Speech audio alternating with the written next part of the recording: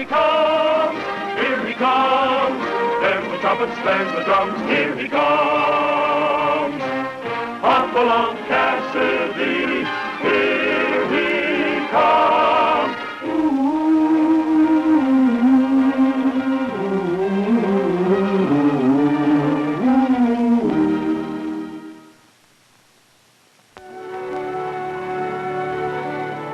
Deep in the heart of the great Southwest lies the fertile valley of Twin Rivers.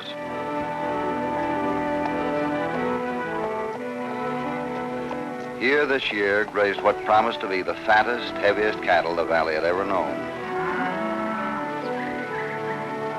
For after 2 years of drought that had brought death and starvation to thousands of cattle and had brought the cattlemen to the verge of ruination, the Twin Rivers were again running full, and the grass on the government-owned range was again growing green and tall.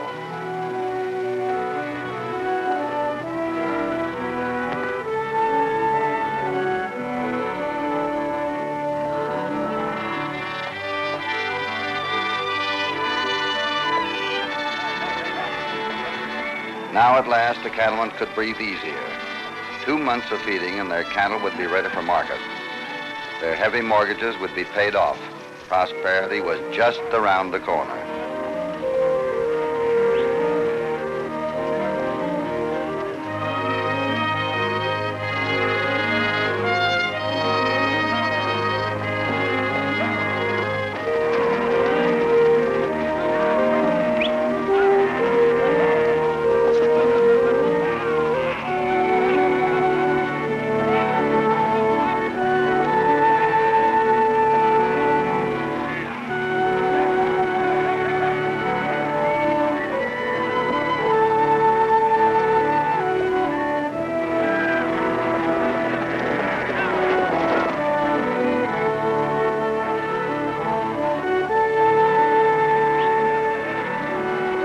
Chief investigator for the Cattlemen's Association, it was my job to see that nothing happened to these cattle before they were shipped. And a message I'd received last night had me worried.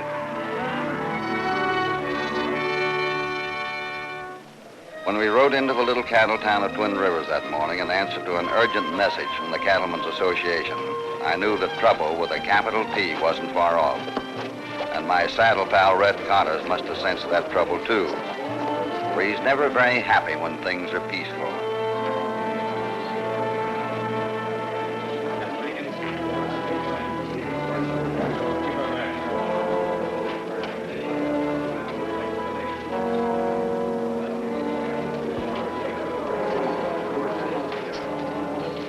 Good morning, Sam. Hello, Hoppy. Red. Hi. I suppose you know why I sent for you. Well, I can guess. I've already heard that Bob Norman got back into town last night and he's figuring on running sheep here. Right. What do you intend doing about it? Like I was telling Hoppy coming into town, if we can round up enough cattlemen, there won't be a sheep get within 100 miles of this town. That goes for the sheep herders, too. But, Red, there's no use taking a chance on killing off a lot of men just to keep a few sheep out of here. I don't care how it's done, but I give you my word, if one head of sheep comes into this district, it means a fight to the finish. All right, Sam. We'll see what we can do about it. Come on, Red.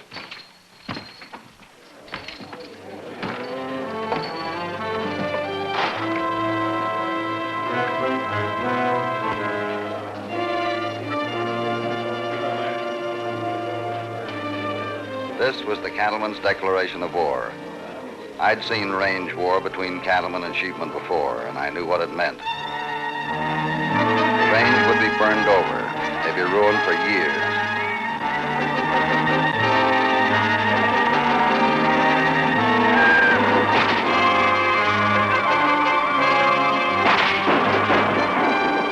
Ranch houses and buildings would be blown up.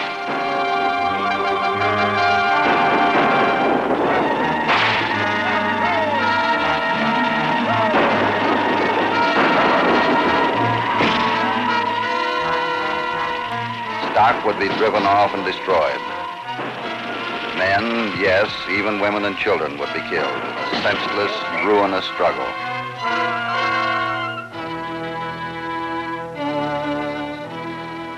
And Bob Norman was crying for that kind of a war when he'd said that he intended stocking sheep on the rundown ranch he left a year ago.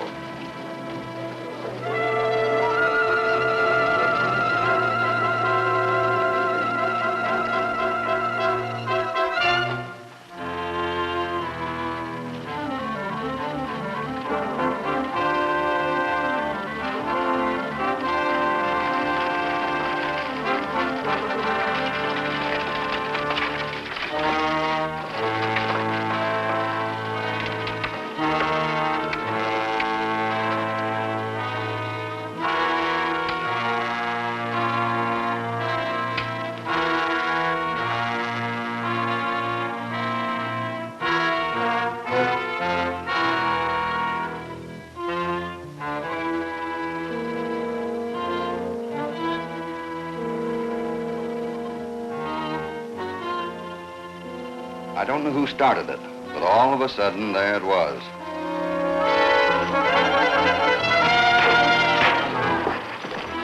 This is what I've been waiting for. I've just been itching to get my hands on one of them sheep men. I'm gonna get them. Red, come back here. You overgrown Bo Peep, since you can get away with this, you got another thing coming.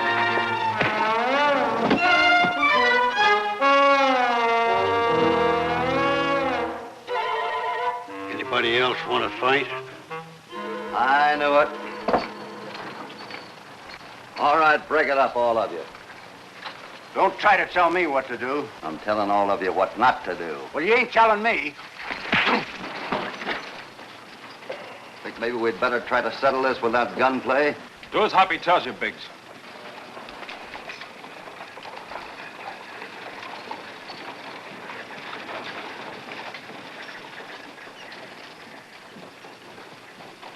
Who is this Hoppy? Hopalong Cassidy, investigator for the Cattlemen's Association. Hi, Hoppy. Hi, Bob. This is my partner and new brother-in-law, Rance Barlow. Hi, Rance. This is Red Connors. This is Lucy, my wife.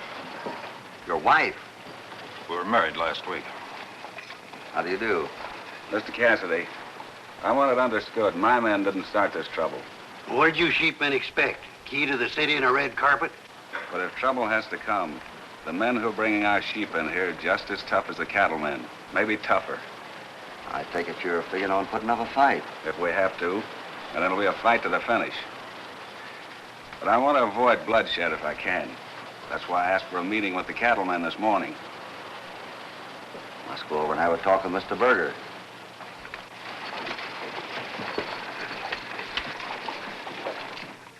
There you have it, Mr. Berger. My sister and I were running out of grazing land. So when Lucy married Bob, we decided to pool our interests and bring our sheep down here to his ranch. We've got to move them or they'll starve. Bob, you were raised in a cattle country. You know why we can't allow you to come into this district. We've had a drought here for 2 years, and now that the grass is beginning to grow green, why, sheep would ruin this range for another 2 years. We have to think about ourselves, too, Mr. Berger. My brother and I have $5,000, every cent we have, tied up in our sheep. There was something going on that I couldn't figure out. Bob was not the same boy I'd known before he'd left for Montana. All through the meeting, he had avoided my eyes. I'd let Barlow and Lucy come up with all the answers. As far as I was concerned, these people didn't talk or dress or act like sheep people. It was about time for me to ask some questions. Bob, where are your sheep now? Why, They're over in New Mexico. My herders are ready to start the drive the minute I give the word. What are they, Marinas or Durocs? Why, they're half and half. Half Merinos and half Duroc. Catching cold? Lucy had stepped right into my little trap. If these people had known anything at all about stock, she would have known that Durocs are not sheep, but a breed of pigs. I hate to see a range war break out here in Twin Rivers, but I just don't see how it can be avoided. Unless you have some other idea, I'm sure Mr. Berger would listen to any reasonable proposition. If it'll avoid trouble, I'm willing to be reasonable. If the cattlemen will pay us the cost of our sheep, that's all I want. If you think for 1 minute that I... Just a minute, Sam. Let me handle this, please. We're going to keep out of this fight, even if we have to buy our way out of it. Now, you say you have $5,000 invested in your sheep. It'll take probably a week to raise that much money. But if I give you my word that you'll be taken care of within that time, will you agree to keep the sheep out of here? What do you say, sis? if Hoppy gives you his word to do something, you can take it. All right. We'll give you a week to raise the money. Thank you very much. Let's go.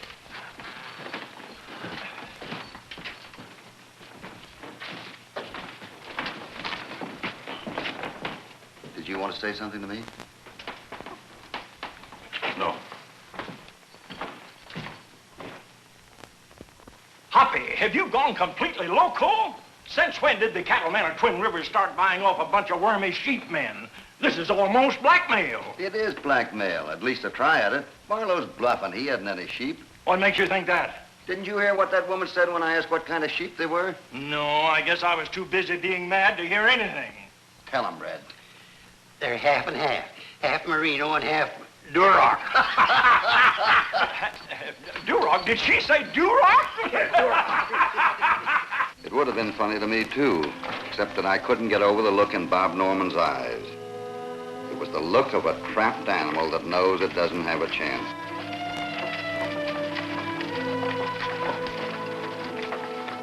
And it wasn't funny to think what Bob's return to Twin Rivers, a married man tied up with sheep men, was doing to Mary Warner, our little postmistress.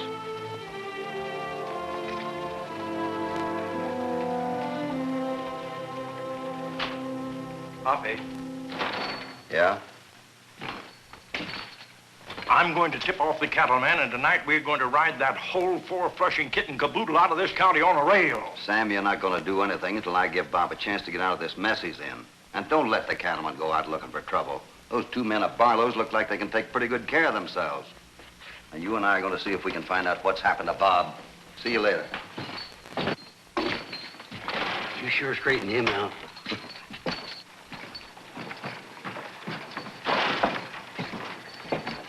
Hi, Mary. Hello, Hoppy. Will you do me a great favor? Well, sure I will. Will you give this to Bob for me? Well, if you want me to. I knew the story back of this little ring. There had been an understanding between Mary and Bob that as soon as he'd made enough money to restock his ranch, he'd come back and claim her. Give it to him and tell him I wish him all the happiness and good luck in the world. That's another count against that bunch of no-good fakers. You know, I'm just itching to get down to that there ranch and get my hand on some of them sheep herders. You didn't do so well the last time. Oh, shucks. I just let him get in the first punch so he'd think he was going to have a pushover. Didn't he? Of course not. If you hadn't have stopped me, I'd have had him whipped in no time. If I hadn't have stopped you, you'd have been on your back again in no time. Oh, Hoppy, Come on, let's go.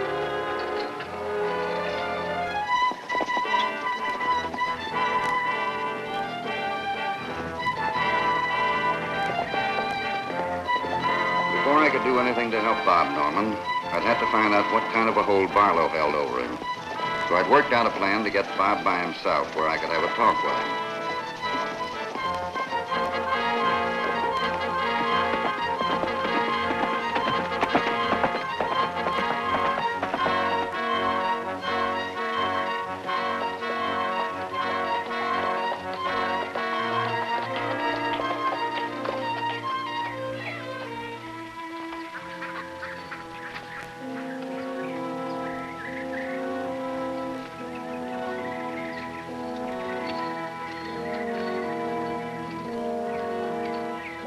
Hi, Rance. Hi, Cassidy.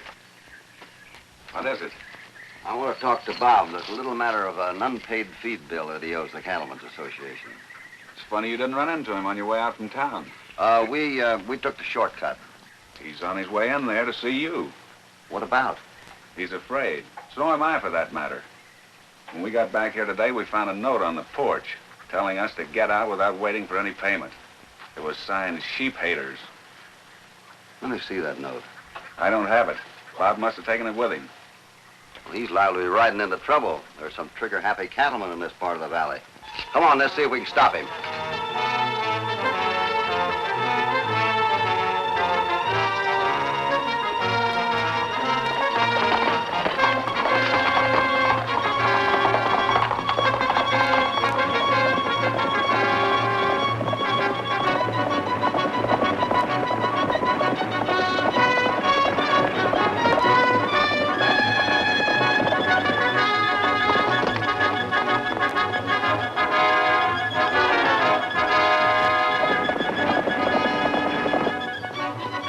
A couple of miles out of town, we had nearly caught up with Bob when...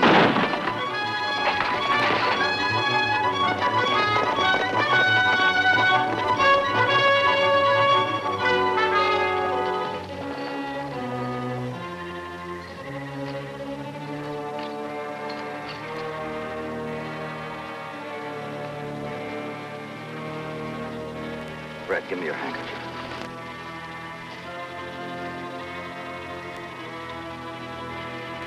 You better get his horse.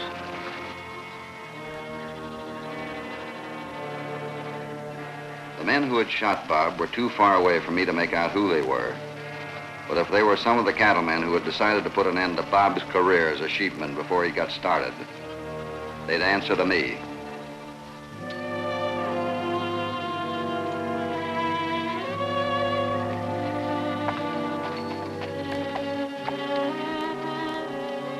But I couldn't go after them now. Bob was badly hurt and needed a doctor.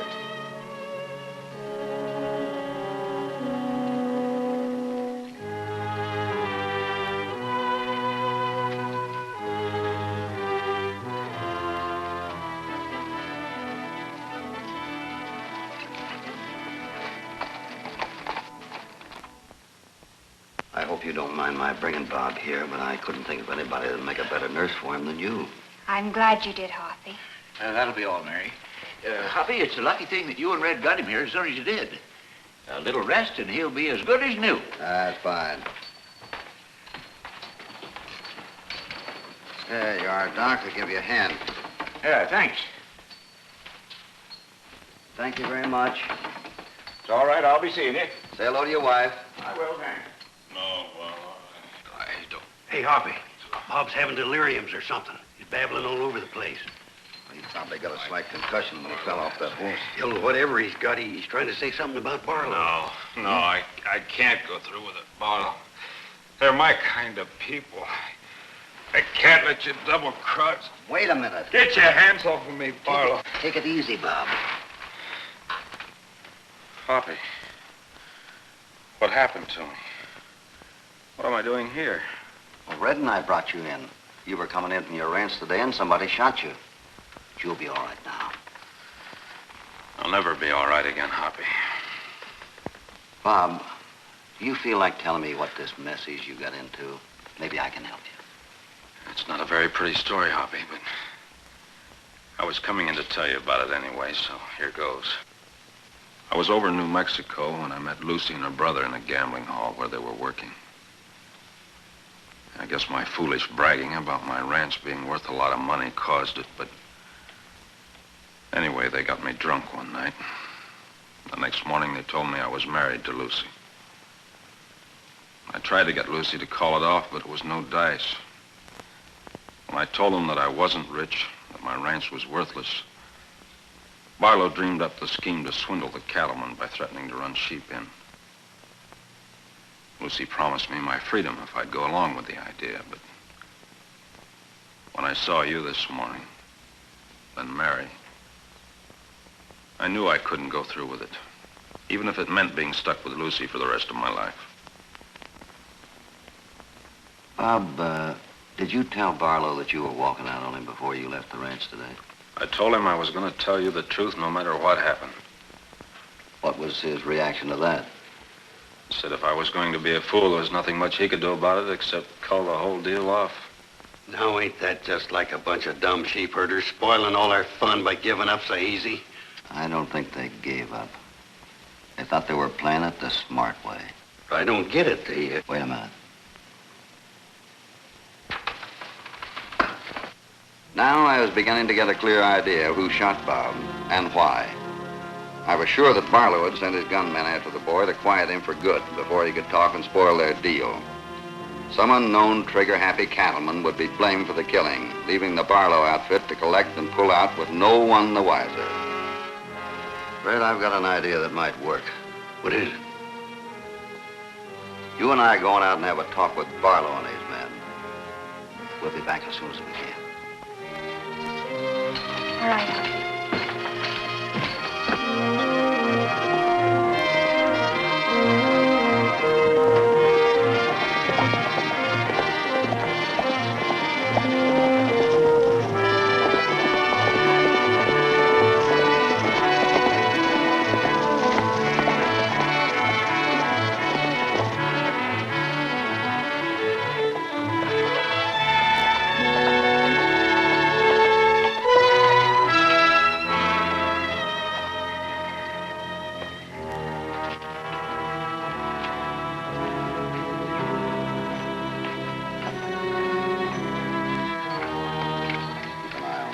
Gunmen, but don't start anything unless they do. I sure hope they do.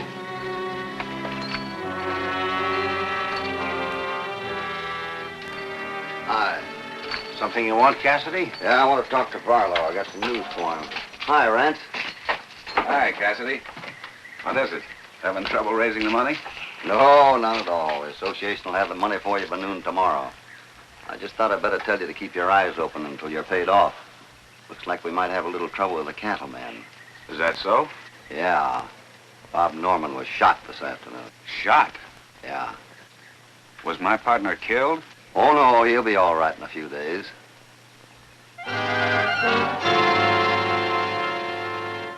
The postmistress is taking care of him over at her place. Did you talk with him?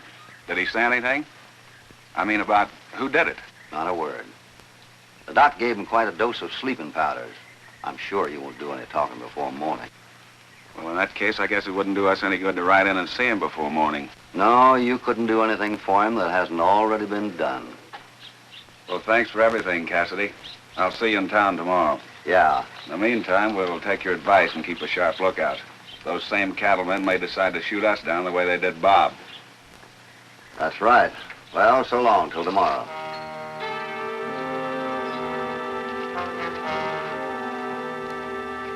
Come on, Red. Let's see if we can find out who those cattlemen are that shot Bob.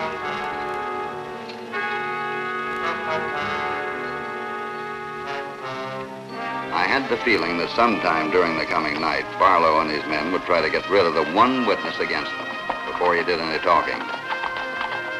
I had baited my trap, and now I was going to set it. The next move would be up to Barlow.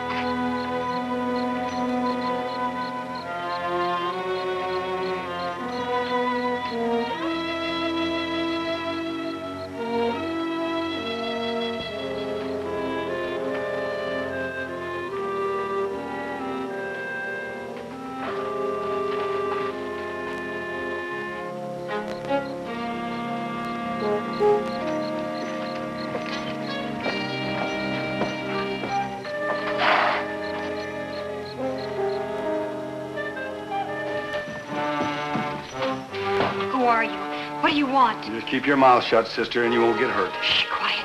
You'll awaken my patient. We didn't come here to awaken him. We just came here to stop any blasted sheep herder from bringing sheep to the Twin Rivers. Stop it. What are you doing here? I had an idea something like this was going to happen when I saw you three slip away from the ranch tonight. Shut up. I'll speak my piece and you'll listen. I didn't mind going through that fake marriage, but I'm not going to let you put a noose around my neck but tie me in with murder. Shut up. Go ahead, Biggs. Finish what we came here for. No, wait.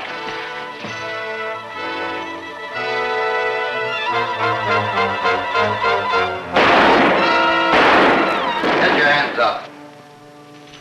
All right, Red, take their guns. Get over there. Well, I've seen enough and heard enough to convict all of you. All right, you can come out now, Bob.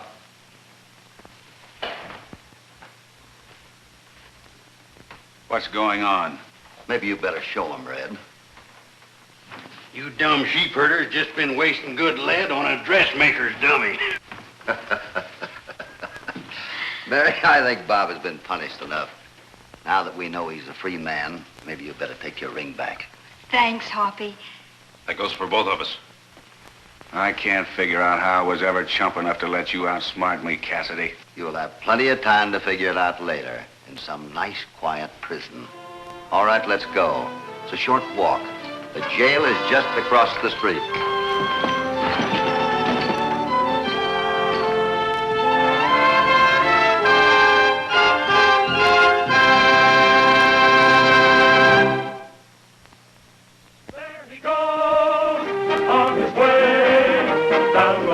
Trail to where cowboys raid. Hopalong, Cassidy. Hopalong, Cassidy. He'll return soon again. There's no use to say goodbye until then. Hopalong, Cassidy.